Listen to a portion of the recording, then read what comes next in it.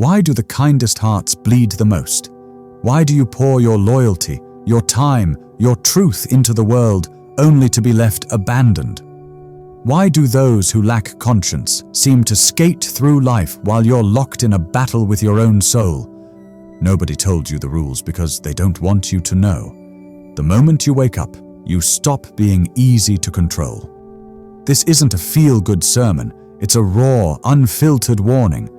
If you still believe goodness alone guarantees justice, stop now. You're not losing because you're not good enough. You're losing because you're playing a game without knowing the rules. Machiavelli didn't preach evil, he preached awareness. He taught that survival belongs to those who know when to stay silent, when to turn cold, and when to vanish without a trace. If you're clinging to the fantasy of a fair world, brace yourself. This truth will burn through everything you've been taught about morality, goodness, and yourself. Are you ready to face it? If not, walk away. If yes, buckle up and listen closely. Part 1. The pain they never prepared you for. They taught you how to behave, how to hope, how to stay small, but never how the world really works. You were raised to believe that hard work, loyalty, and doing what's right would lead to a happy ending. But no one warned you about betrayal. No one told you your kindness could be weaponized, twisted into someone else's leverage. No one prepared you for the gut-wrenching silence after you've given everything and received nothing. This is the pain they don't write in textbooks. The agony of watching those you trusted walk away when you're no longer useful. The sting of realizing your goodness wasn't cherished, it was exploited. Not because you were weak, but because you believed the game was fair. Machiavelli saw through the lie. Fairness is a fairy tale for the obedient. You weren't betrayed because you were bad. You were betrayed because you expected loyalty in a world that thrives on leverage. Picture this. You're standing in the wreckage of everything you gave. Your time, your trust, your heart. While they've already forgotten your name. You thought loyalty was a virtue. They saw it as a tool. Machiavelli didn't write for the adored. He wrote for the forgotten, for the ones who gave too much, stayed too long, and asked, "Why wasn't I enough?" You were enough. You just played the wrong game. Here's the brutal truth. The world doesn't reward good people. It rewards useful people. Value isn't measured by effort. It's measured by perception, control, and timing. Be too kind without boundaries, and they'll drain you. Be too loyal without leverage, and they'll use you. Be too forgiving without consequences, and they'll forget you. The world runs on advantage, not fairness. This isn't a call to become cruel, it's a call to become aware. Your innocence, unchecked, is a cage. Your softness, unguarded, is a grave. You've been taught to avoid conflict, to stay polite, to swallow your voice for the sake of peace. But where has that gotten you? How many times have you shattered behind closed doors, thinking silence was noble? It's not. Machiavelli knew that nobility without power is just a performance, and suffering without strategy is just submission. The system doesn't see you, it sees your output, your obedience, your silence. And when you break, it replaces you. If this resonates, it's not because you're broken, it's because you're waking up. You're seeing that your pain wasn't a mistake. It was the result of playing by rules designed to keep you small. Once you see the game, you can learn to play it. Not as a pawn, but as a player who strikes for balance, not revenge. That's what Machiavelli offers. Not cruelty, but power. Quiet, unshakable power that doesn't beg for approval. Ask yourself, if this pain was never personal, only systemic, what happens when you stop playing by their rules? Let's find out. Part 2. The lies they sold you about kindness. They dressed it up as noble, told you kindness was a virtue, that politeness was power, that staying soft and generous would earn you rewards. But here's the truth. Kindness without clarity is a trap. Kindness without boundaries is a weapon turned against you. Kindness without awareness isn't virtue. It's submission wrapped in morality. They told you to do the right thing, but never said who defines right. They preached turning the other cheek, but never taught you how to defend yourself. They glorified sacrifice, but hid who profits from it. Machiavelli saw through the facade. Society doesn't reward kindness, it rewards usefulness. It bows to those who understand the system and bend it quietly. While you were helping everyone, who was helping you? While you said yes to everything, they stopped valuing your time. While you gave second chances, they took third, fourth, fifth. Society doesn't respect the kind, it respects the strategic, the ones who know when to say no, when to walk away, when to give, and when to withhold. You were trained to be agreeable, to avoid conflict, to be liked. But being liked isn't being respected, and being respected isn't being safe. You can be loved by everyone and still be used by all. People don't treat you how you deserve, they treat you how you allow. If you tolerate disrespect, you invite it. If you're always available, you become invisible. If you never set boundaries, they'll push until you're empty. This doesn't mean you stop being kind, it means you redefine it. Real kindness has a spine. It says, enough. It protects itself first, then gives from strength, not emptiness. There's no virtue in being exhausted, no nobility in being used, only silence and regret. While you're wondering if you're too harsh, they're calculating how far they can push you. Machiavelli would say, a wise person knows when to appear kind, but a wiser one knows when kindness must end. Stop seeking approval. Stop asking, what will they think? Start asking, why do I need their validation? Be kind but unpredictable. Be generous but selective. Be forgiving but never forgetful. Be good but never easy. In a world that glorifies sacrifice, the most powerful act is to stop bleeding for those who wouldn't spare a drop for you.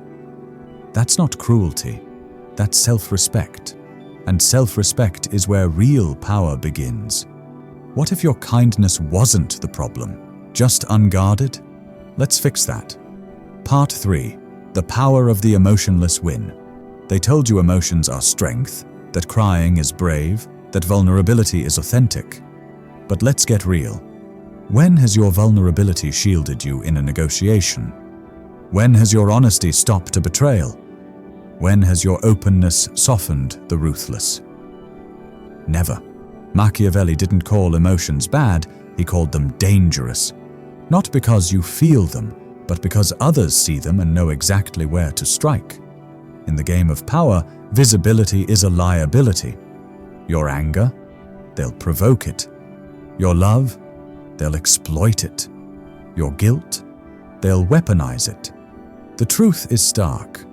He who controls his emotions controls the room. He who loses them loses leverage. You're allowed to feel everything, but you're not allowed to reveal everything. Control isn't suppression, it's direction. It's choosing where your fire burns and who it touches. The world expects you to react, to rage, to explain. But reaction is a gift to your enemies. Silence is a blade they can't block. They expect you to crumble, to justify, to apologize. What happens when you don't? What happens when you observe, unshaken, like a strategist, not a victim? Fear shifts. They start questioning you. Your silence makes them wonder what you know, what you're planning, where your line is.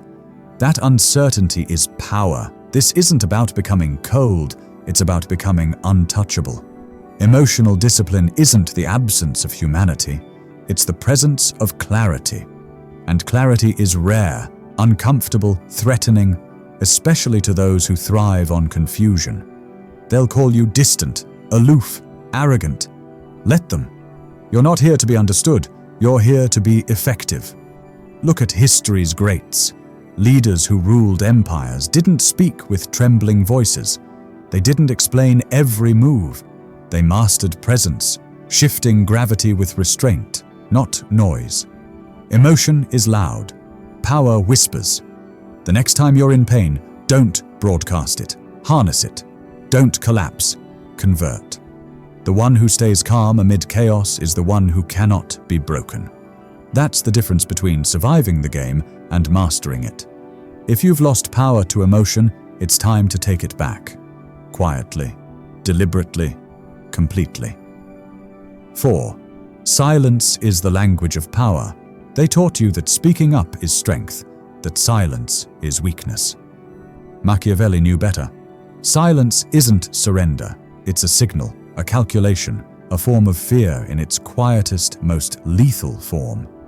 Silence makes people uncomfortable. It forces them to guess, and guessing is where power begins. The loudest person in the room is rarely in control. They speak to be noticed, react to be respected, explain to be accepted. The truly dangerous? They say nothing. They let the room bend to their presence. They make others uncertain, filling the void with fear, curiosity, caution. That's power. Silence isn't passive, it's dominance. It demands attention without asking, shifts dynamics without moving.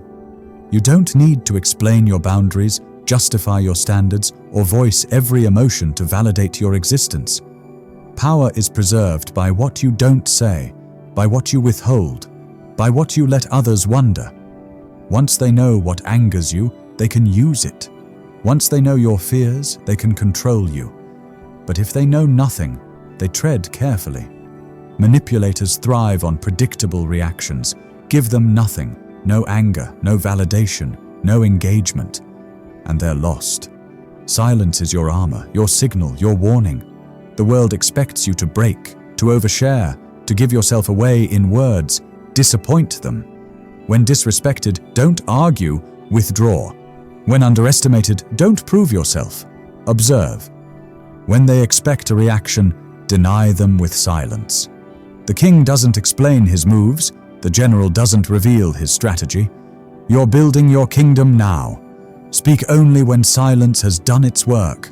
Let your restraint make them question everything. What you know, what you want, what you're willing to do. That's the language of the powerful. Master it, and you won't be crushed. You'll do the crushing. The art of controlling perception, Machiavelli said it best. It's not enough to be powerful. You must appear powerful. Perception is reality, and whoever controls it controls the game. People don't follow truth. They follow certainty, confidence, the illusion of control. The master of power doesn't need to control facts. They shape how those facts are seen. Why do incompetent people rise? They master image. Why do honest workers get overlooked? They don't perform. Lies told boldly often trump truth spoken timidly. People want to believe in what looks real, so if you don't shape their perception of you, they will, and it'll always be to your disadvantage. Controlling perception isn't lying, it's curating. It's strategic truth. It's knowing that how something feels trumps how it is. Say less, but say it better. Show less, but show it stronger. Don't just be competent, be compelling. Don't overshare. Don't reveal weakness before its strength. Don't beg to be understood. Build a narrative so tight that others want to believe it. Create mystery, respect, uncertainty. Let them think you know more than you say. Let them wonder what you're planning. Let them fill the gaps with awe or fear. Perception is armor. When it's crafted right, people hesitate to test you, not because they know what you'll do, but because they don't. That's fear by design, respect without negotiation. Control how you enter a room, your tone, your image. Make your presence speak louder than your words. People don't treat you how you are. They treat you how they perceive you. Engineer that perception deliberately, strategically, without shame. This isn't manipulation for ego. It's survival in a world that bows to the believable, not the honest. 6.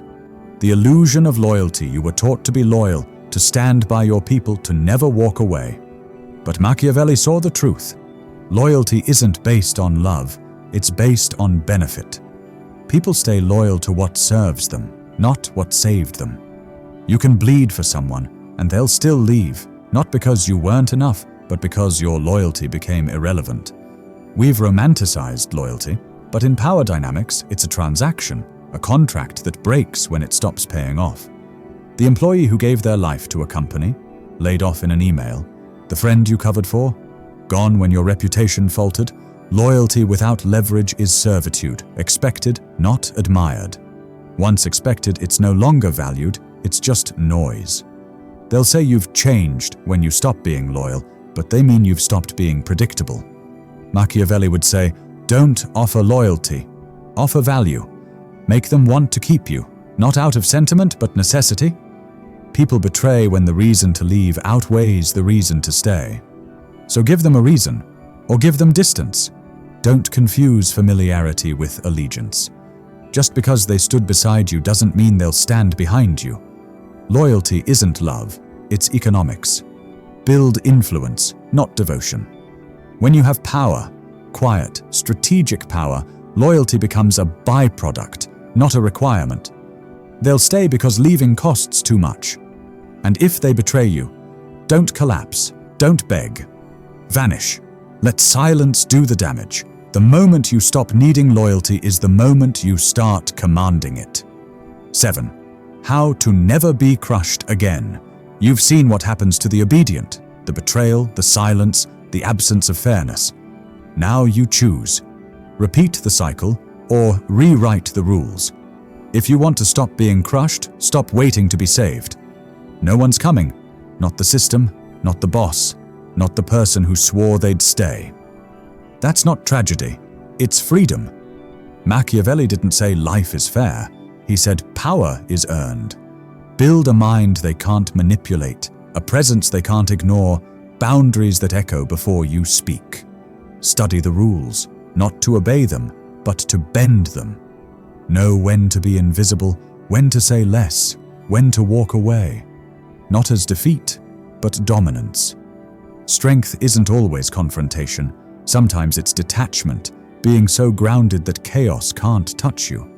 The world expects you to panic, to chase validation, to fight for scraps. Don't. Withdraw your energy from what doesn't deserve it. Starve the systems that feed on your compliance. Build leverage. Learn skills that demand attention. Create value that doesn't beg. Develop a presence that speaks for itself. You don't need to roar. You need to rise, quietly, strategically, like a shadow that becomes unavoidable. This isn't arrogance, it's authorship. Design your life on your terms, set standards, enforce your space, refuse to explain your evolution. The right people will adapt, the wrong ones will fade. Be the lion for strength, the fox for cunning, but blend both to become untouchable. Protect your goodness with fire, because good intentions without strategy are just invitations to be exploited. Goodness without strength is silence. Silence without presence is death. But presence backed by clarity, that's power. Power that demands nothing yet takes everything. Once you taste it, you'll never go back. When they ask how you changed, let them wonder. You didn't just survive, you rewrote the rules. The awakening, this isn't a pep talk. It's a wake-up call. No one told you the price of being blind. No one warned you that in a world ruled by perception, loyalty, and silence, the kind-hearted often become prey. You thought goodness was enough, that sacrifice would come back around. Now you know it doesn't. Not unless you change, not unless you stop waiting for justice and start creating your own terms. This isn't about becoming ruthless. It's about becoming responsible for your power. It's about owning the space you've shrunk yourself to fit. The world didn't hate your goodness. It loved your compliance. Machiavelli wrote for survivors, for those tired of being used, stepped on, silenced. He didn't teach destruction. He taught endurance with intention, rising strategically, speaking only when silence has done its work. Who benefits when you stay quiet? Who profits when you stay small? What would your life look like if you stopped waiting for permission to take up space? This isn't the end. It's the first page of a new script, written by you, played by you, defined by no one. No more bleeding for applause, no more mistaking obedience for virtue. You've seen the lie, now choose the truth. Not to be feared, but to be free. Are you ready to become untouchable? Start here. One thought, one boundary, one quiet move at a time. The world won't save you, but you can write a story where you no longer need saving. That's